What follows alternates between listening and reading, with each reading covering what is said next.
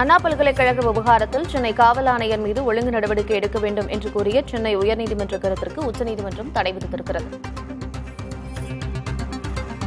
உயர்நீதிமன்றத்தின் உத்தரவை ரத்து செய்யக்கோரி தமிழக அரசு தொடர்ந்த மேல்முறையீட்டு மனுவில் இந்த உத்தரவு பிறப்பிக்கப்பட்டிருக்கிறது.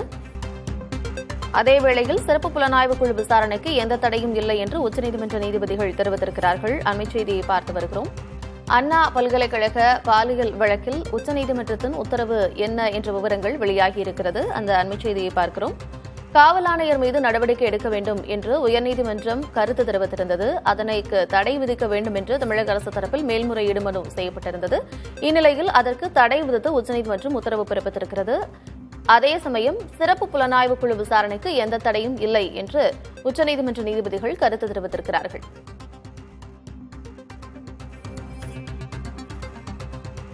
விவரங்களோடு இணைந்திருக்கிறார் செய்தியாளர் ராஜு. உச்சநீதிமன்றத்தின் உத்தரவில் என்னென்ன விஷயங்கள் சொல்லப்பட்டிருக்கிறது விவரம்? அதாவது சற்று நேரம் முன்பாகத்தான் இந்த வழக்கினுடைய விசாரணையானது உச்சநீதிமன்றத்தில் விசாரிக்கப்பட்டிருந்தது. அதாவது அந்த உத்தரவினுடைய நகலில் கொடுக்கப்பட்டது என்னன்னா, அதாவது அந்த விசாரணையானது தொடரும். அதே போல உயர்நீதிமன்றத்தினுடைய அந்த கருத்துக்கள், அந்த ஆணையருக்கு எதிராக அவர்கள் உயர்நீதிமன்றத்தினுடைய அந்த கருத்துக்களுக்கு தடை விதிப்பதாக உச்சநீதிமன்றம் தெரிவித்திருந்தார்கள். அது எது போன்ற அந்த கருத்துக்கள் என்ற ஒரு விஷயத்தான் விலாவரியாக தற்போது அந்த உத்தரவின் நகலில் பொருத்தப்பட்டிருக்கின்றது. குறிப்பாக இந்த விசாரணையின் போது கூட நீதிமன்றங்கள் பல்வேறு கேள்விகளை முன்வைத்திருந்தார்கள். அதே போல அவருக்கு எதிரான பல்வேறு கருத்துக்கள் முன்வைக்கப்பட்டிருந்தது. அதாவது அந்த பாதிக்கப்பட்ட அந்த மாணவியினுடைய விவரங்கள் எவ்வாறு வெளியிடப்பட்டிருந்தது, கசிந்தது, அதே போல எவ்வளவு நேரம் அந்த சமூக வலைதளங்களில் அது வெளியிடப்பட்டிருந்தது போன்ற பல்வேறு கேள்விகள், கருத்துக்கள் முன்வைக்கப்பட்டிருந்தது.